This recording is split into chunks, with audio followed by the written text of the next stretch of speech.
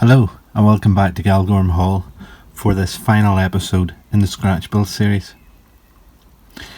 I need to apologise first. Up until now these videos have been coming out on a fortnightly basis, and that unfortunately has extended out with this very final episode. It just so happens that it's coincided with a spell of terrific weather, which has made coming up into the loft a little bit uncomfortable. So I can only apologise. But we're here now and we're going to make the final touches to this building to have it ready to go onto the layout. So first of all, tonight we are going to look at glazing the windows.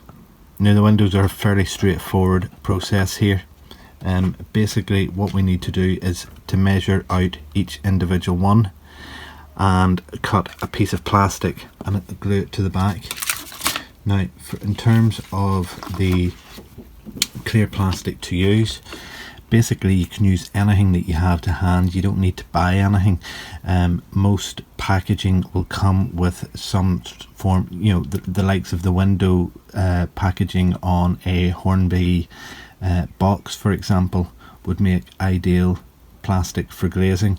Now you may not want to use that, but you will find something of that similar thickness and stiffness that will work perfectly.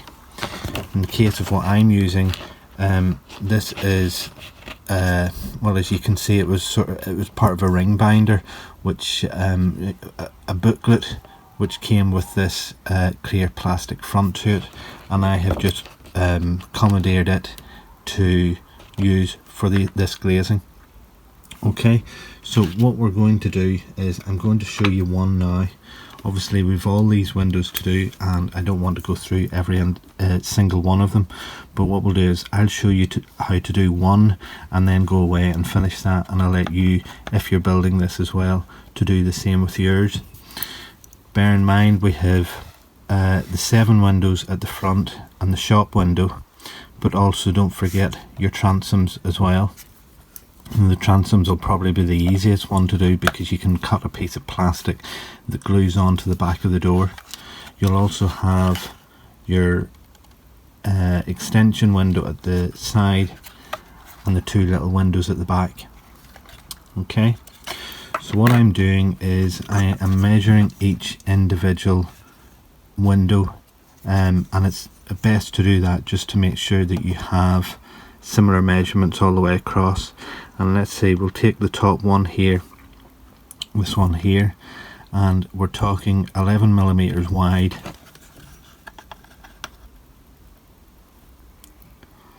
by 15 and a half millimeters in length. And what I need to do is cut a piece of plastic to that shape, and I've already done it, but where have I put it? Okay, I found it. Actually I had to cut another one and then I lost it, and then I found the original one again, but we're back on track.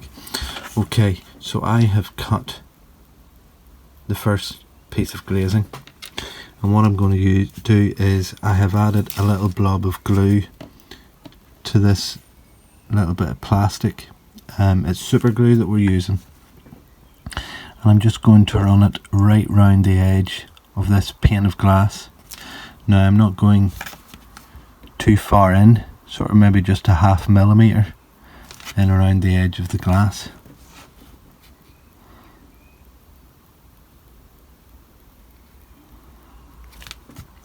Just enough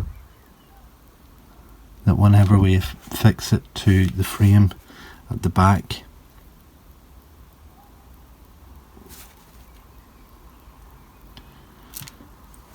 it will take hold. And then if we turn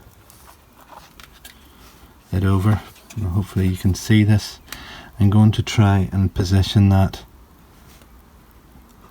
on the top of the frame first,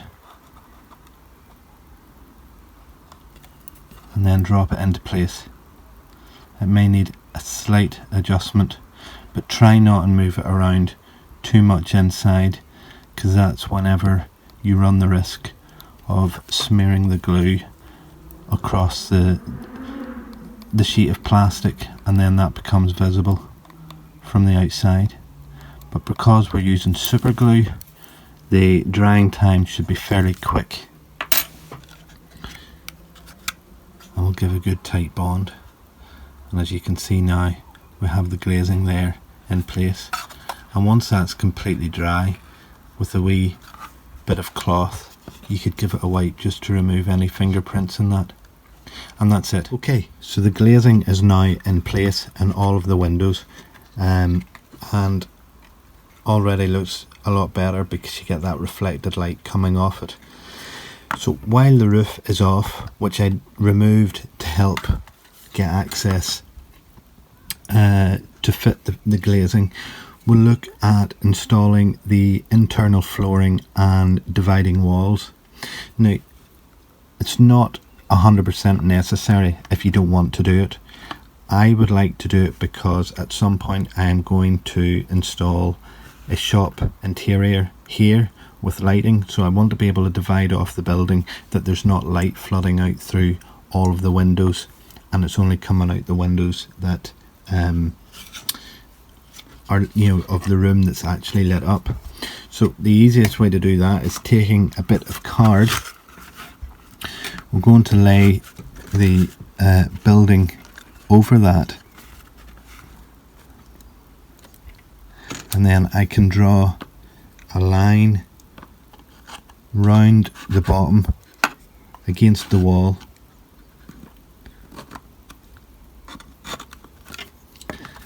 Right.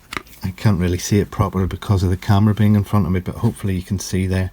The line is marked out, and then we can cut that out. I've already done the one for the larger side, and this is ready to drop in. And if we just add a little bit of rocket glue, and those little triangular posts that we installed all those episodes ago, and the little strips across the wall,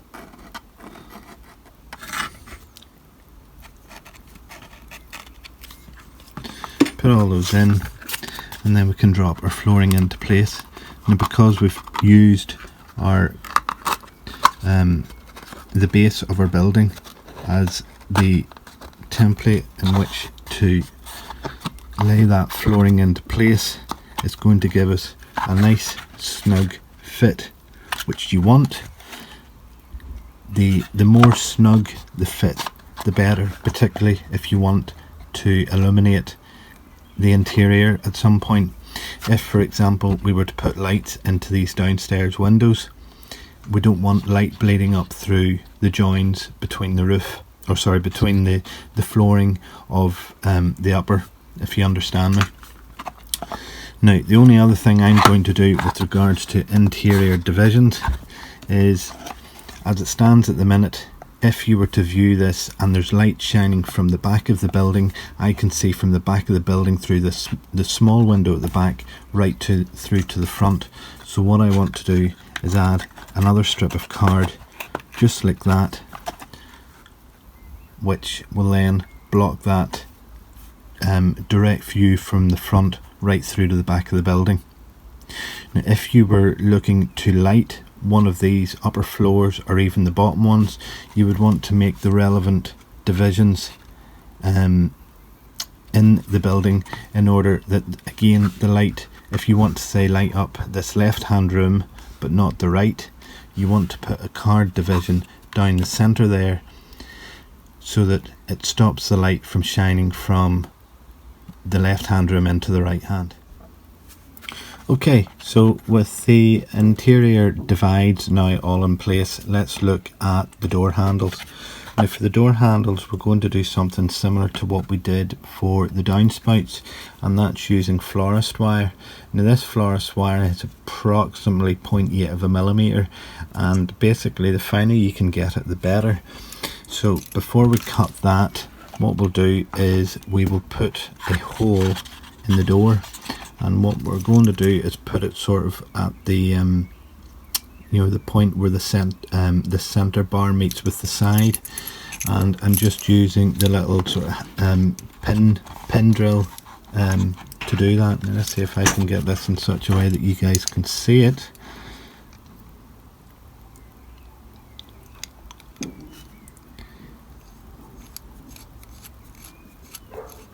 Now with this just being a sheet of plastic card, it shouldn't take too much to go through this. Oh, there we go. Okay, so with the hole in place then we can turn our attention to the door. Now the door is very simple. What we're going to do is take our pliers and we're just going to bend the smallest amount at a right angle.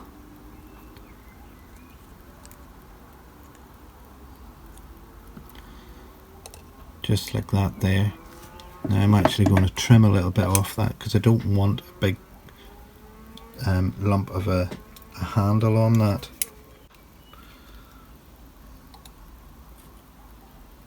Okay, and then if we trim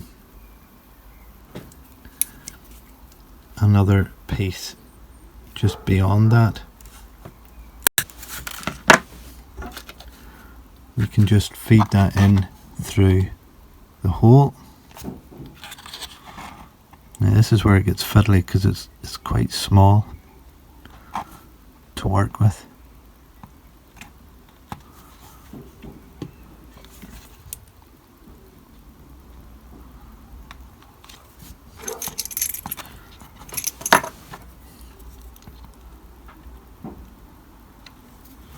There you are.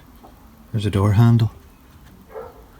If you push that in a little bit more, we've got ourselves a nice door handle. And then we can paint that black, brass, whatever colour at a later date. But just to ensure that stays in place, we'll add a blob of glue on the internal side of it and that'll seal it on in. Again, similar to what we did with the downspouts. Okay, with the door handle added, let's have a look at the doorstep. Now what we're going to use for that are some of the strips from the roof tiles. We might as well make some use of them. And if we take a strip, a little offcut like that, what we can do is, let's bring this up closer.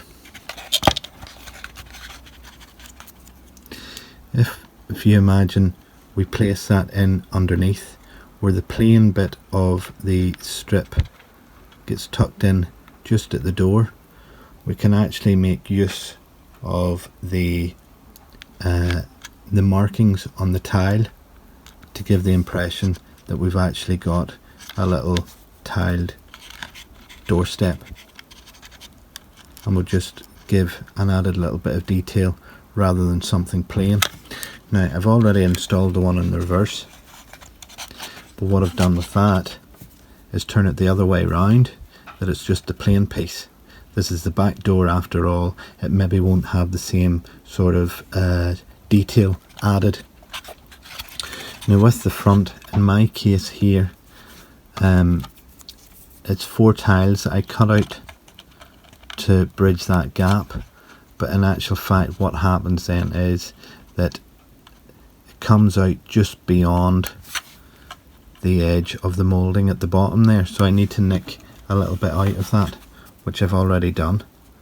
So hopefully you can see there's a little bit nicked out of the ends of that, and that will slot into place there like so.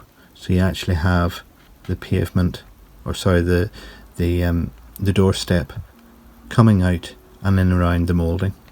So a wee drop of the Revel contactor will be in more than enough to keep that in place.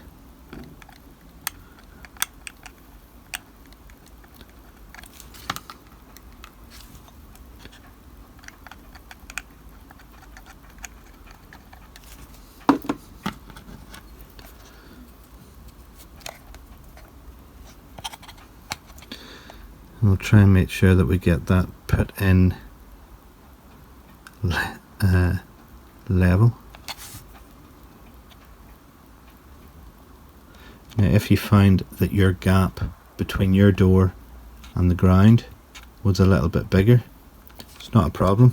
Just layer up a couple of shims of plastic card and step them up, and that would work just as well. There we are. That's the doorstep in place. And like I say, with a little bit of tiling moulding on that there. Just gives an added extra piece of detail. The final piece of detailing we're going to add to this build for the time being is the chimneys. Now, there are any number of resources that you could use to produce these chimneys. For example, you have the likes of Wills that produce sprues like this with different detailing for roofs, and they include chimney pots on that too. You could use, for example, a cotton bud, and if you cut the tip off a cotton bud, you're left with a cylindrical tube, which would work perfectly well as well. Or even, here's an old sprue of some kit or another, and that sprue is circular, so if you were to cut it, it would act perfectly well as a chimney pot too. What I'm going to use is some more of the plastruck type material, and in this case it's a 2mm tube, and what we're looking to do is produce sort of 5mm lengths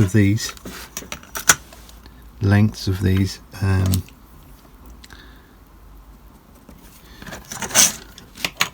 in which we will, where did my knife go, in which we will cut them.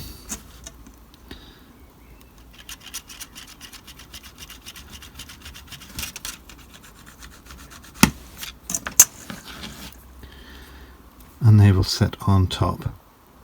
Now, in the case of this here, what I'm actually going to do, and what I've done on this side, you can see that I have drilled out two little holes, 2mm holes, and again I'm just using the pin vise for that. I've sort of tried to center them as best I can, and then just with the pin vise I'm drilling out a little bit of a hole that the chimney pots will set down into. Now again, it's not necessary, but I think what it will do is, one, it ensures that you can get your pot sitting nice and straight, but also the chimney pots are the sort of piece of the structure that are going to ping off as you reach your arm across to do something else on the layout, and by just having them recessed into the chimney ever so slightly will hopefully just protect them a little bit more from that journey into the dreaded carpet. So if I take one of these that I've cut, I can set that down in there. That will not sit properly at the minute because I haven't it glued. Oh, but you get the idea.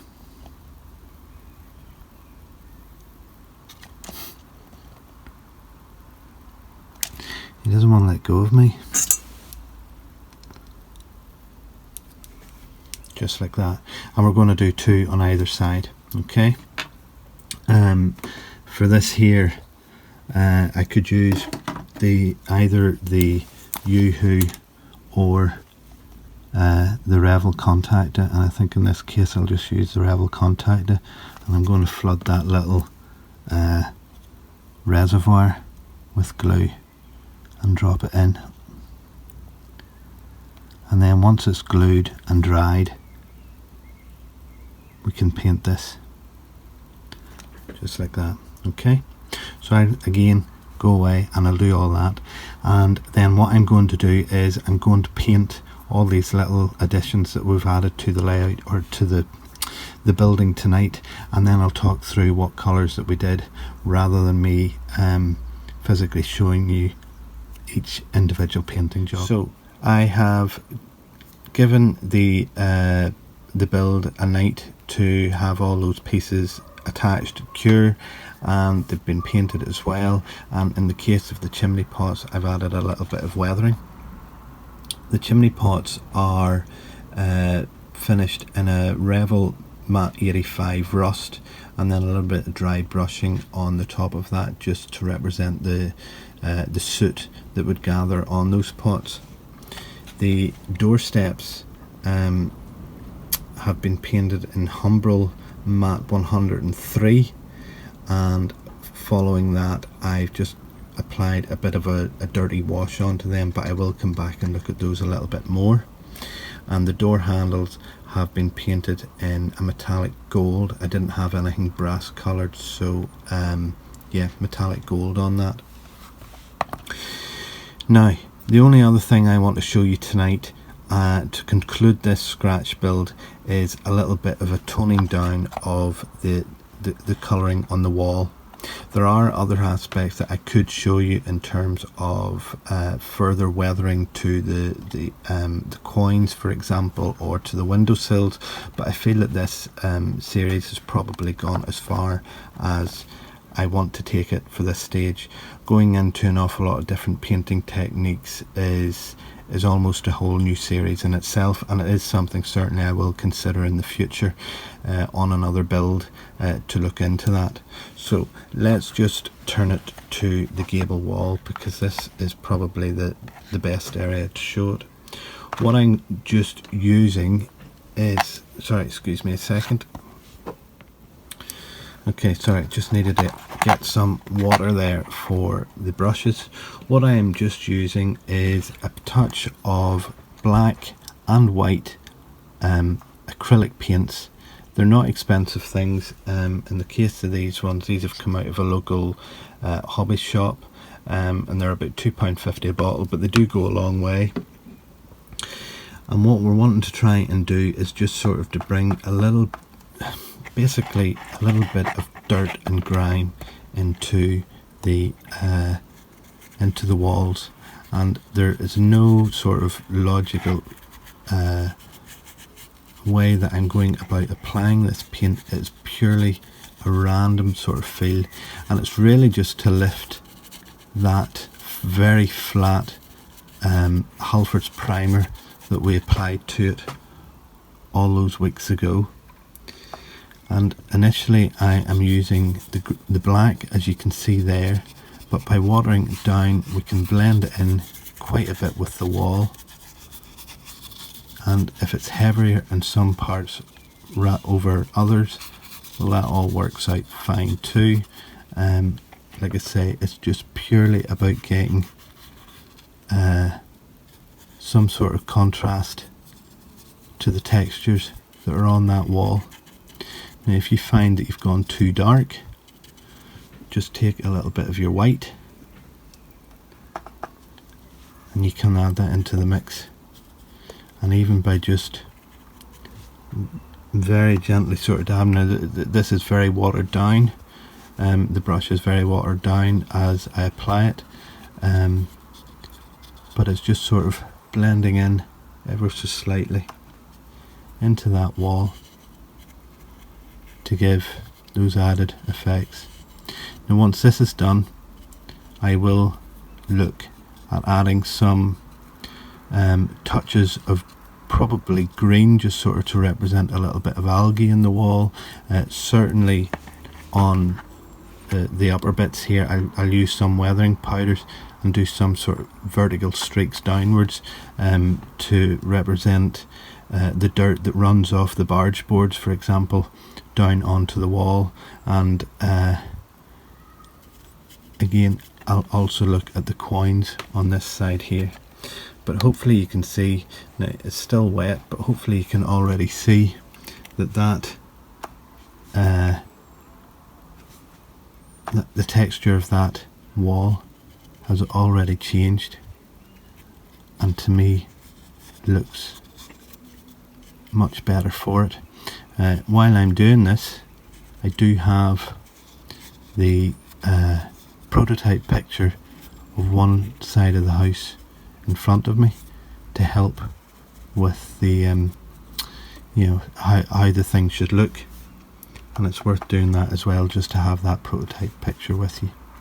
But look, I'm going to go and do a lot more bits and pieces of weathering in this, and whenever that's done I bring it back and we'll put a few final shots of the final piece up, just so you can see the overall effect that I've gone with at the end. Okay.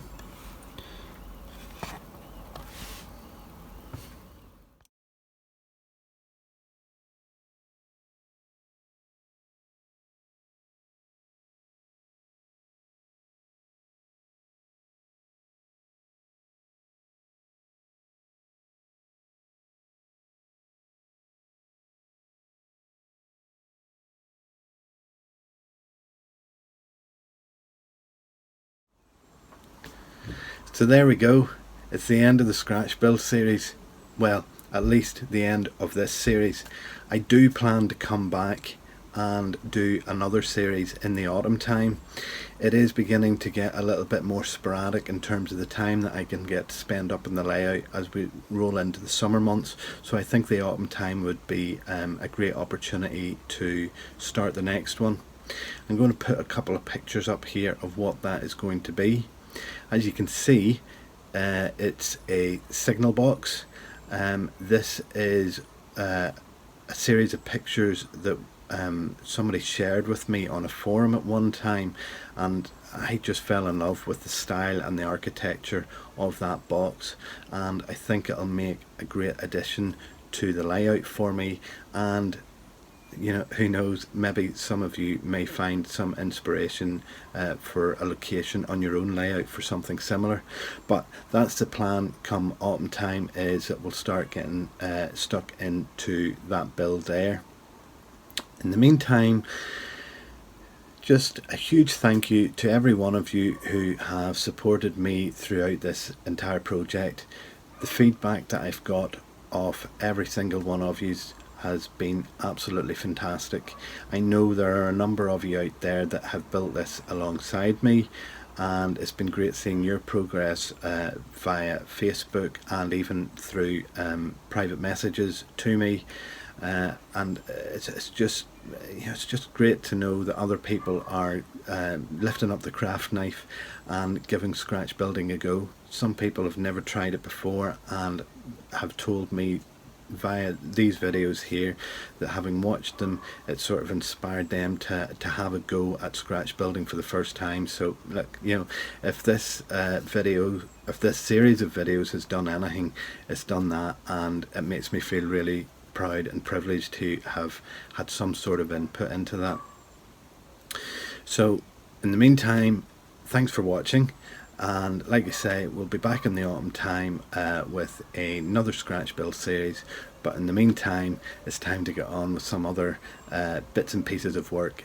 Fingers crossed if the weather permits up here in the loft over the summertime. But until I speak to you again soon on these scratch build series, take care for now and happy modelling. Bye.